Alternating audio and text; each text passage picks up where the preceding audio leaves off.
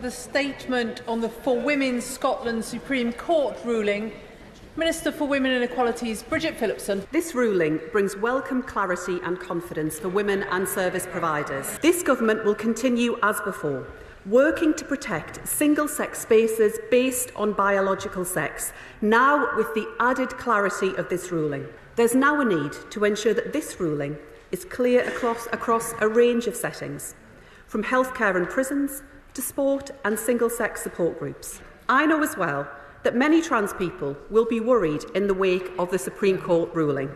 So I want to provide reassurance here and now that trans people will continue to be protected. We will deliver a full trans-inclusive ban on conversion practices. We will work to equalise all existing strands of hate crime. And we will review adult gender identity services so that all trans people get the high-quality care that they deserve. The laws to protect trans people from discrimination and harassment will remain in place, and trans people will still be protected on the basis of gender reassignment. This isn't about the triumph of one group at the expense of another. It's not about winners or losers. It's not about us or them. And that is the message that I want to reinforce here today in this House. The Supreme Court ruling is a powerful victory for the determined women behind For Women Scotland and for people all over the UK who know how important it is to give privacy and dignity to women and girls who need it. Women should not have to battle the NHS or their employers through the courts. Why has it been such a battle? Because something as simple as biological reality became politicised and corrupted by activists pushing this ideology as foolish politicians cheered. Labour now says that they know what a woman is and that transgender people should use services and facilities designated to their biological sex. They've never said this before. This is a U-turn, but we welcome it. Far from this ruling providing clarity, trans, intersex and non-binary people are instead anxious and unsure about where this ruling leaves them, legally and practically, as they go about their lives.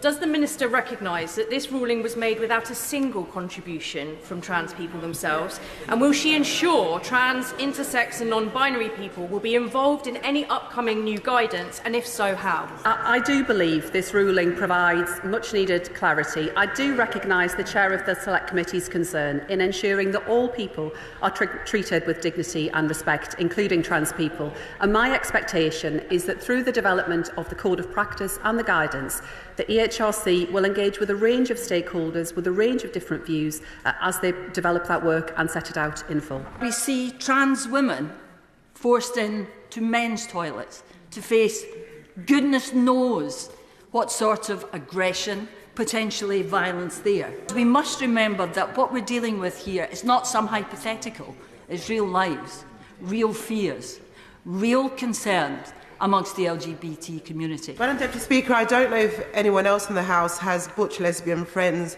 and have been with them when they've been told to get out of women's toilets, but I have. And it is not pleasant and it's not nice. So those people that are using this as a political football, again, should be ashamed of themselves. Madam Deputy Speaker, people didn't understand. If you're saying that trans women have to use men's toilets, and as my honourable friend said, trans men then have to use women's toilets, how are you going to stop them? By asking to see their genitalia? It makes no sense. In Britain today, trans women are denied safe housing, refused essential healthcare and left waiting years for gender-affirming treatment. This is not accidental. It is the result of a climate of hostility against a marginalised community fuelled by people in positions of power, including in this very chamber. So let me be clear, trans people are not a debate, a culture war or an ideology. They are human beings and trans rights are human rights. And now we've got confirmation from the Supreme Court what the definition of a woman is. Could the Secretary of State confirm that all public sector and private sector bodies will apply that definition with immediate effect? Many schools are teaching gender ideology as if it is fact. They are not providing single-sex facilities and single-sex sports teams.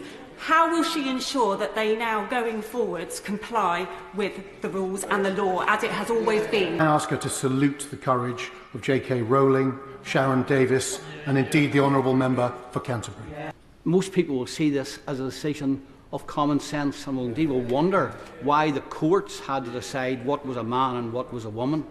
But given the intolerant, threatening and violent response from the trans lobby, can the Minister assure us that this judgment will not be undermined by the guidance which she issues to this House, and that vulnerable people, sports teams, hospital patients, teachers, children will be protected by this and not be adversely affected as they have been in the past? And can she also give us assurance that she will ensure that it is raised at the highest level of government that Northern Ireland must be included in these protections? Yeah.